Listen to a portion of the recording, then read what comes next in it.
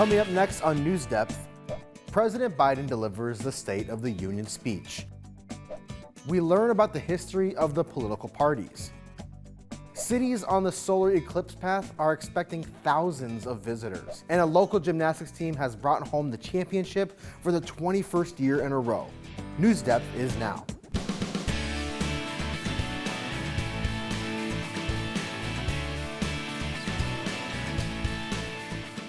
The state of our union is strong. That's according to President Joe Biden. Hello, everybody. I'm Gabriel Kramer. Thank you for joining us. President Biden delivered his third State of the Union address and fourth address to Congress last week. In his speech, Biden defended his record and touched on what he hopes to continue accomplishing. Jen Sullivan recaps his address.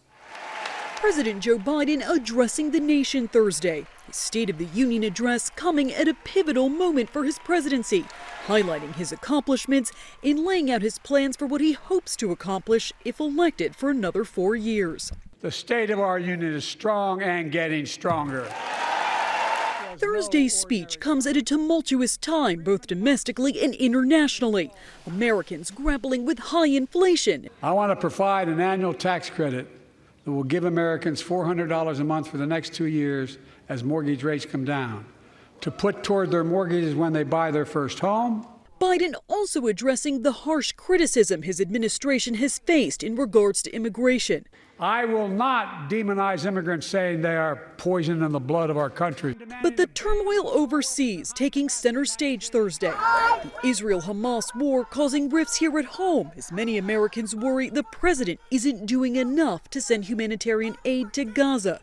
Biden using Thursday's address to make a major announcement. I'm directing the U.S. military to lead an emergency mission to establish a temporary pier in the Mediterranean on the coast of Gaza that can receive large shipments carrying food, water, medicine, and temporary shelter.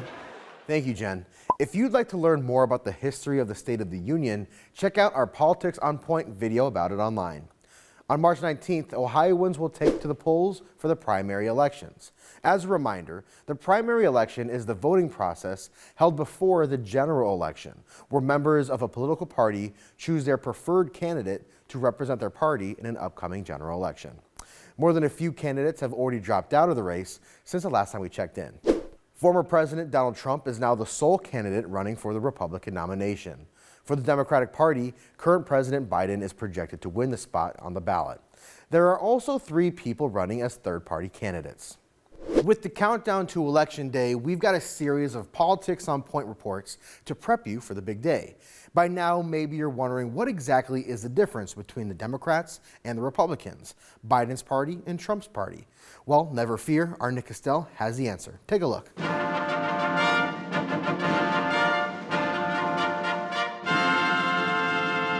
It's time to party. Oh, it's a political party. What, you mean it's not that kind of party?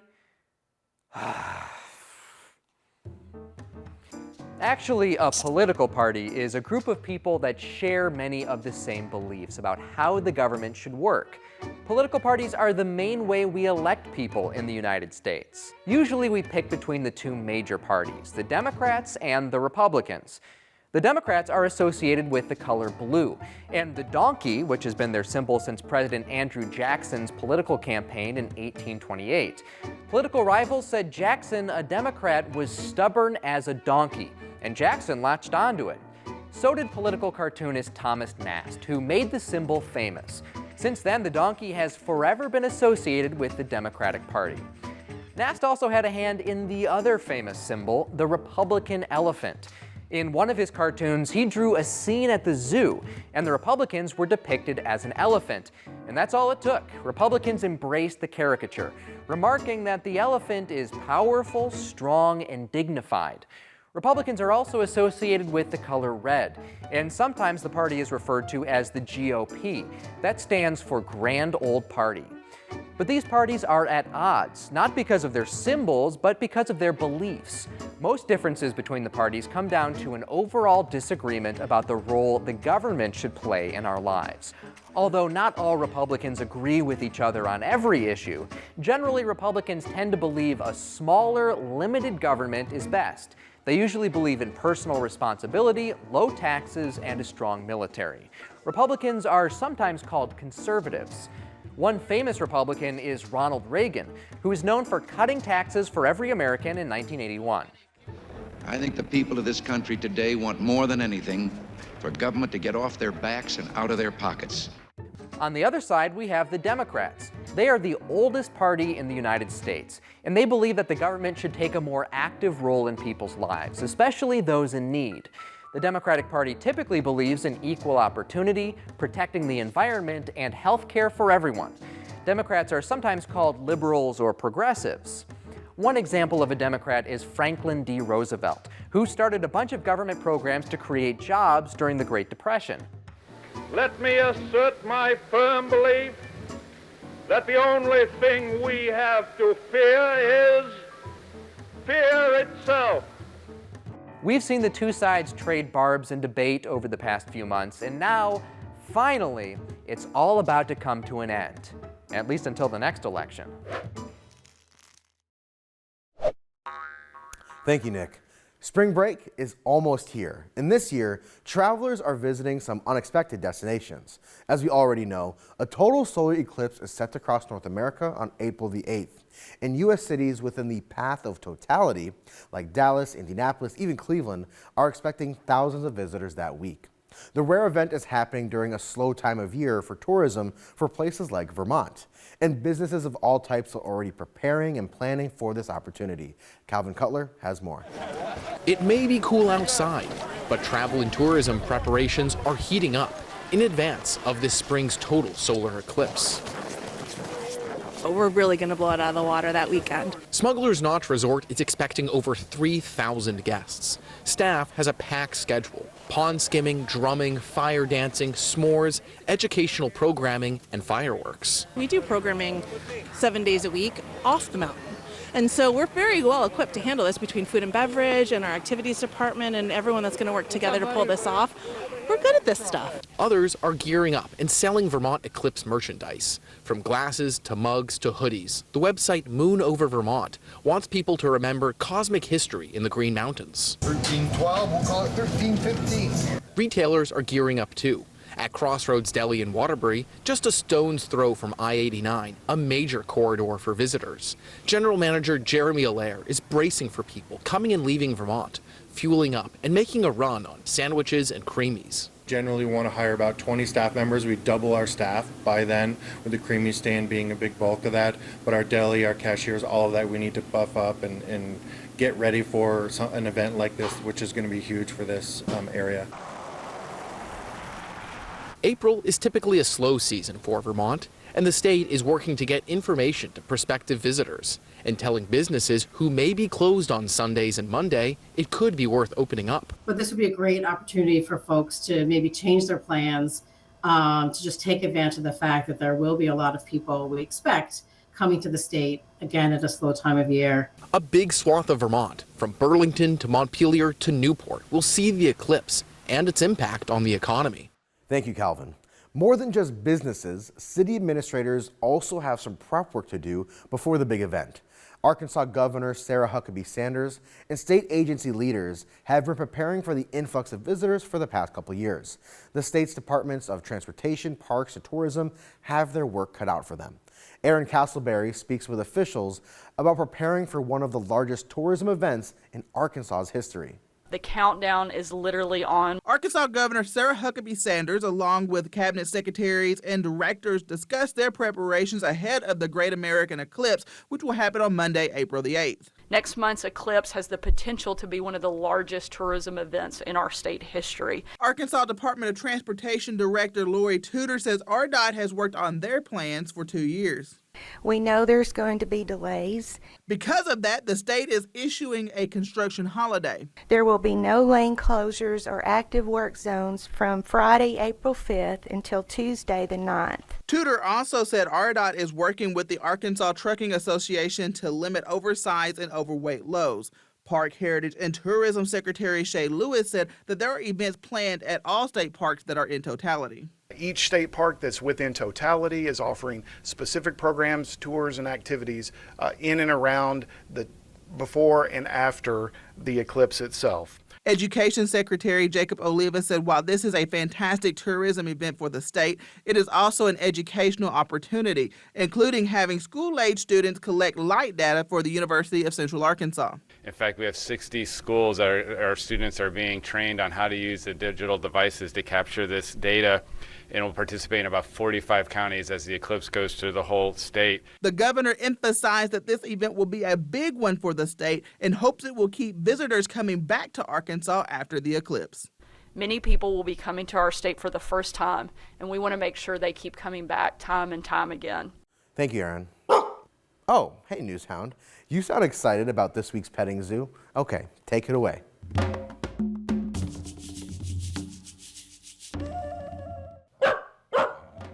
Wait, where are you? Are you already on spring break? But we still have work to do. Wow, look at him go. He must be on the trail of something good. Oh, you found a story about a flamboyance? That's a group of flamingos that took a vacation in Wisconsin. You can check out the full story on our website and YouTube channel. Thanks as always, Newshound, and thanks for inspiring this week's Write to Us question. We want to know, what are your spring break plans? Go to our inbox form online and tell us if you're looking forward to a vacation or a staycation during your break. Last week, we asked why you think school librarians are important. Let's see what you had to say by opening our inbox. Ellie from Bullock Middle School in Cuyahoga Falls starts us off with, my school librarian is important because she helps us learn things. If we need to find or check out a book, she is always ready to help us. She helps us find books for projects, research, or just to read for fun. She is very nice and always has a smile on her face. That is why my school librarian is important.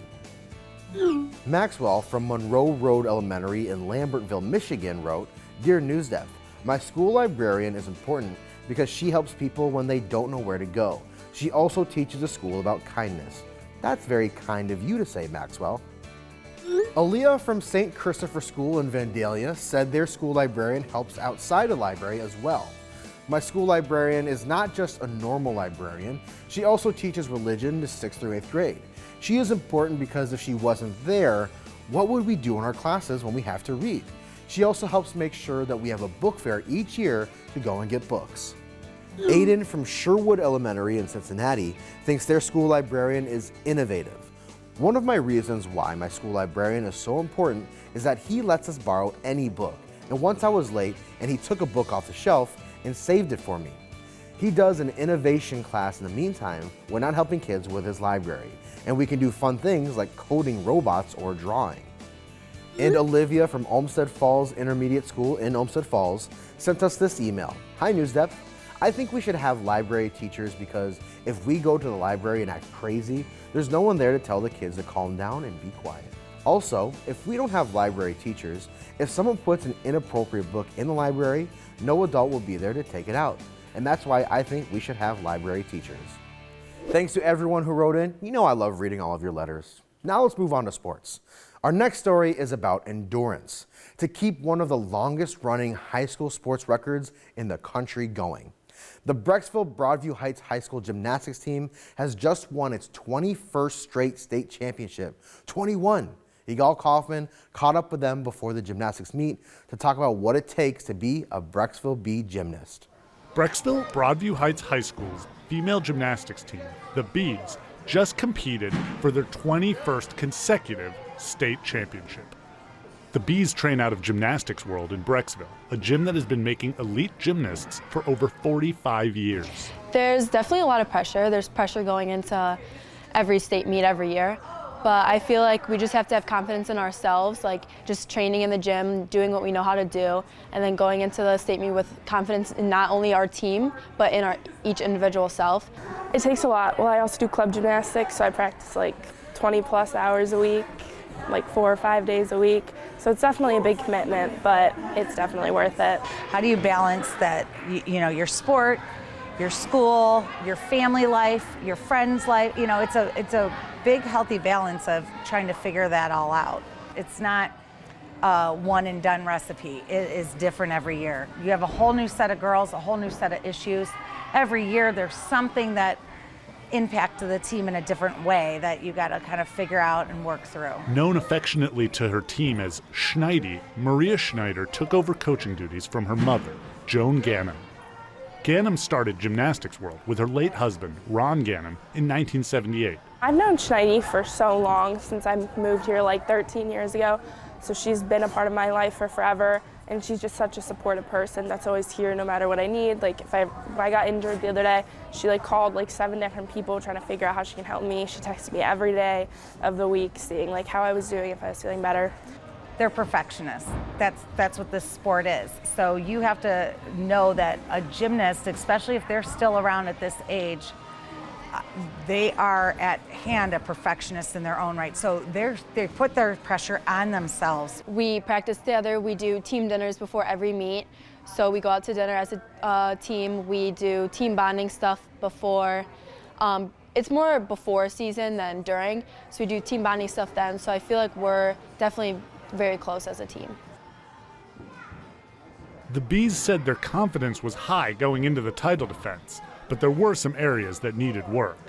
This includes the mental game, which Schneider says is even more important than the physical skill set. There's a lot of fear-ofs for a gymnast, any athlete. Fear of success, fear of injury or re-injury, fear of disappointment, fear of not knowing what's going to happen when you walk in that competition. And so the mental health part of the game is all of that. 80% of what they do is all about their mindset when they go into that competition. I definitely think it's in our sights, and I think we can get it. We just have to know we can get it and be at our best and hit all of our routines, because it's not like a given, but if we are at our best and we do our best, then we'll be good. In the end, all that hard work and preparation paid off, and the Bees won their 21st straight state championship. Thank you, Igal. You know, sometimes when I hear a snappy tune, I can't help myself, I just have to dance. And I'm sure many of you are the same way. This week's A+ award winners took that feeling to the next level and started a dance club at their school. The Dancing Warriors are a group of 4 7th graders at Incarnate Word Academy in Parma Heights. Sophia, Hayden, Anna, and Josie have all been dancing for years. They each have their own specialties. They decided to take their love for dance and turn it into an after-school activity for their classmates. But it wasn't as simple as just turning on the music and dancing. They had to come up with a proposal that outlined their plan and present it to the school's principal and members of the school's STEAM board. Some of you probably know that STEAM stands for Science, Technology, Engineering, Arts, and Mathematics. Once it was approved, they had to recruit a teacher to serve as the club's advisor, which turned out to be Mrs. Shipley. The Dancing Warriors told us that planning the club was pretty tough. They met twice a week, and even though there were a lot of great ideas, they also had to make compromises to make sure the club would work the way they wanted. Ms. Rybar told us that the girls demonstrated design thinking at its best, and they worked through all kinds of challenges. They had to decide what types of dance to teach their classmates, how to fund the club, and how to make sure the dances were safe so nobody got hurt. The club even has different levels, beginner, intermediate, and advanced, so that everyone can participate. I think I'd be in the advanced group, but Newsound, he disagrees. The Dancing Warriors told us that they're really proud of the club, and they learned a lot about patience, teamwork, compromise, and teaching other people new skills. This week's A+ award goes to the Dancing Warriors for starting a dance club at their school. You never know, I may be the feature act at their year-end recital. Congratulations, girls, keep up the great work. Let's turn back to the news. The Dartmouth College men's basketball team made history last week. They became the first college athletes to vote to join a labor union.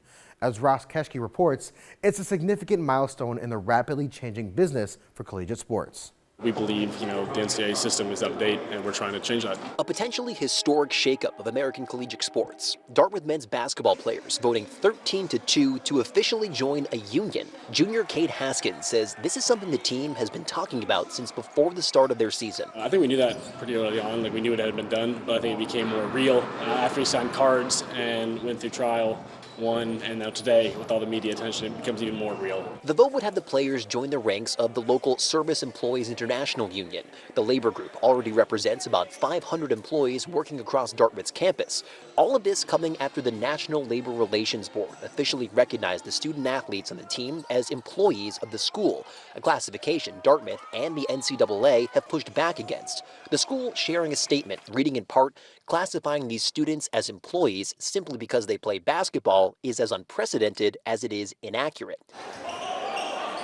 Unlike many other Division I programs, Ivy League schools like Dartmouth do not offer full athletic scholarships. The president of the local union is celebrating them, though, saying men's basketball players at Dartmouth are treated differently than typical students because of their demanding schedules. One goal he sees for a collective bargaining deal could be a health care plan. Well, the college doesn't cover their medical, so they can be, injured bad for the rest of their life, and it's something they have to deal with. Overall, Division I athletics generated nearly $17.5 billion in revenue in 2022, according to a National Collegiate Athletic Association report.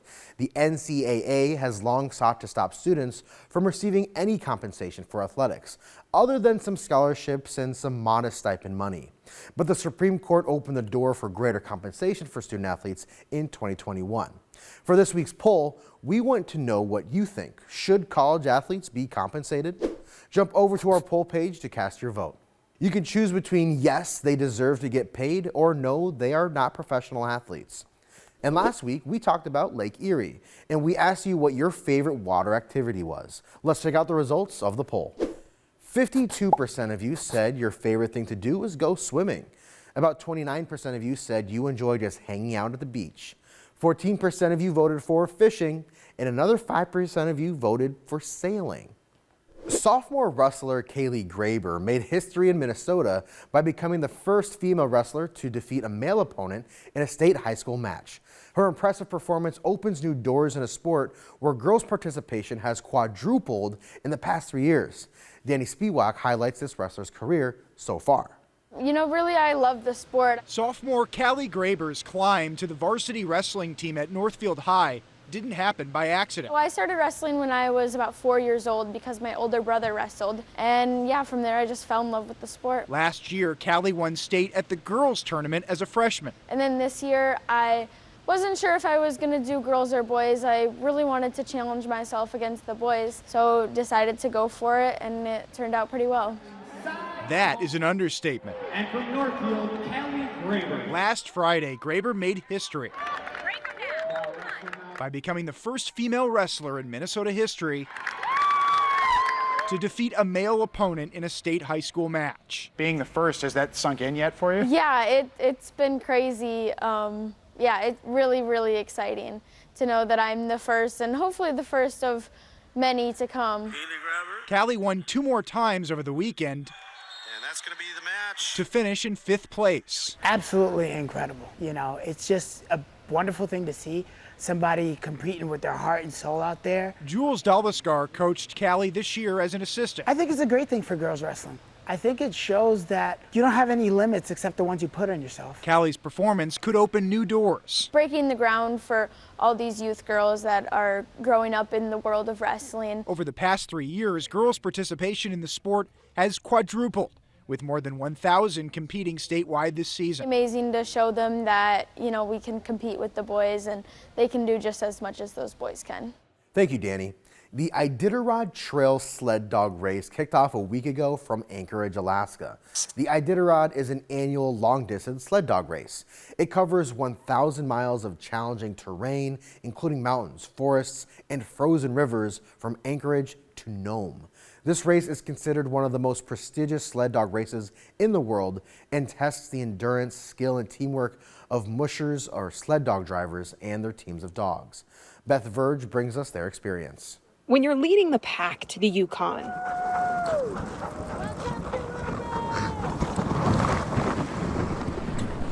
Ruby. Welcome. Nearly 500 miles into the Iditarod, a 24-hour stop awaiting in Ruby. I'll be less tired later. Me and him.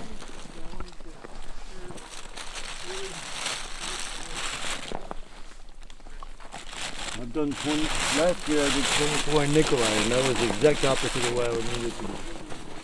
It's only natural that you'd want to feast. I actually was wondering if there was a dinner. Oh, yeah.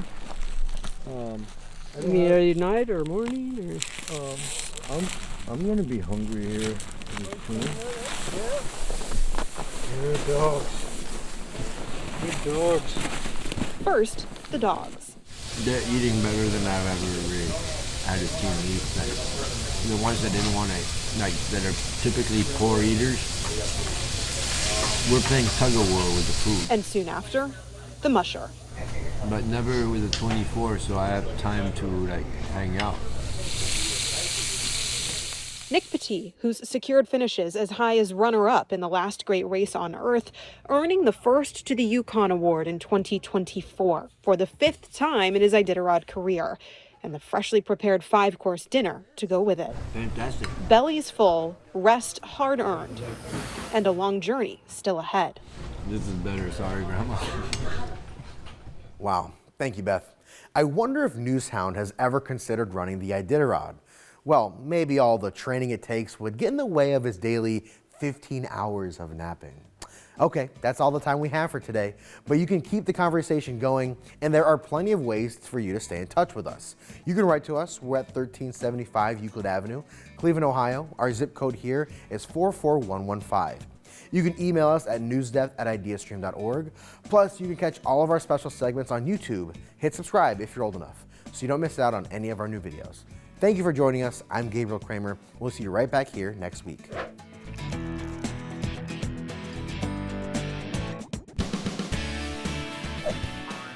NewsDepth is made possible by a grant from the Martha Holden Jennings Foundation.